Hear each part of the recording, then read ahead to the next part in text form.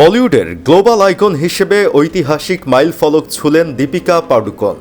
এবার Luis ভুটন LVMH prize 2025-এর জুরি সদস্য হিসেবে তার নাম ঘোষণা করা হলো। তিনি প্রথম ভারতীয় ব্যক্তি যিনি এই পুরস্কারের জুরি সদস্য হলেন। আজ সন্ধ্যায় LVMH প্রাইজের ইনস্টাগ্রাম পেজে দীপিকার নাম ঘোষণা করা হয়। সেখানে বলা হয়, আমরা আনন্দের সঙ্গে জানাচ্ছি দীপিকা পাডুকোন এবছরের LVMH প্রাইজের ফাইনাল রাউন্ডে জুরি সদস্য হিসেবে দায়িত্ব পালন করবেন। তার মনোমুগ্ধকর অভিনয় এবং আন্তর্জাতিক অঙ্গনে প্রভাবশালী উপস্থিতি দর্শকদের অনুপ্রাণিত করে চলেছে। এই ঘোষণার আগে দীপিকাকে মুম্বাই বিমানবন্দরে দেখা গিয়েছিল।